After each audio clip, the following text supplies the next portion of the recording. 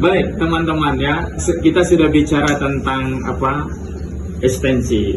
Nah, kalau kita sudah tahu eksistensi diri kita, ya, udah paham betul teman-teman ini kan ustaz-ustaz semuanya, ya kan? Udah ngerti innal insana lafi khusrin illal ladzina amanu wa amilus sholihat. Ya. Kan udah ngerti semua. Ya kan? Orang-orang yang tidak rugi itu yang orang-orang yang beriman dan orang-orang yang beramal soleh. Antum semua udah mengerjakan amal soleh. Pertanyaannya kata Ustaz Fajrul, bagaimana supaya bisa istiqomah? Kan begitu. Nah, kalau kita ini insya Allah lah, ya, saya yakin teman-teman orang yang bisa istiqomah. Ya, kenapa? Karena teman-teman orang yang paham. Orang yang paham itu ya selalu berpikir, di mana fungsi kita, di mana diri kita, siapa kita. Kan harus kenal semua. Fahri sekarang mengenal dirinya lebih dari kemarin. Kalau kemarin dia hanya sebagai insan, dirinya sendiri. Ya. Dia masih ditanggung oleh orang tuanya, oleh ayah. Nah sekarang dia punya tanggungan, punya bini. Jadi kita harus kenal dulu diri kita. Ya. Kalau kita tidak kenal diri kita, ya, selain kita mengenal diri kita mengenal orang lain. Kenal istri kita, apa yang dia suka, apa yang dia tidak suka. Lakukan yang dia suka. Dan jangan lakukan yang dia tidak suka. Ya, selama itu tidak bertentangan dengan syariat.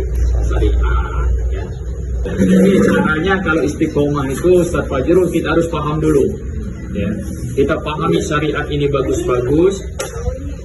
Ya. Kita pahami syariat ini bagus-bagus. Ya. Kita pahami syariat ini detail. Ya. Kan gitu. Kemudian kita berangkat kepada makrifah diri kita, ya. Kita ngerti kita siapa sebenarnya, kita ngerti Tuhan kita ngerti Rasul kita. Nah itulah jalan hidup kita. Ya. Nah, saya masih lihat istiqomah ini benar pertanyaan Ustaz Fajrul, istiqomah ini berat. Ya. Ustaz satu aja saya minta Ustaz tolong rapikan anak-anak, ya, bagaimana supaya sifat sandalnya di depan asrama itu terbalik. Nah, setiap saat sandal itu rapi, karena saya baru berkunjung ke pesantren yang sandalnya itu 24 jam rapi di depan asramanya. Sehingga apa? Sehingga saya memberi penilaian kepada pesantren itu. Begitu saya ke toiletnya bersih. Begitu saya tempat makannya, ya, tempat makannya bersih.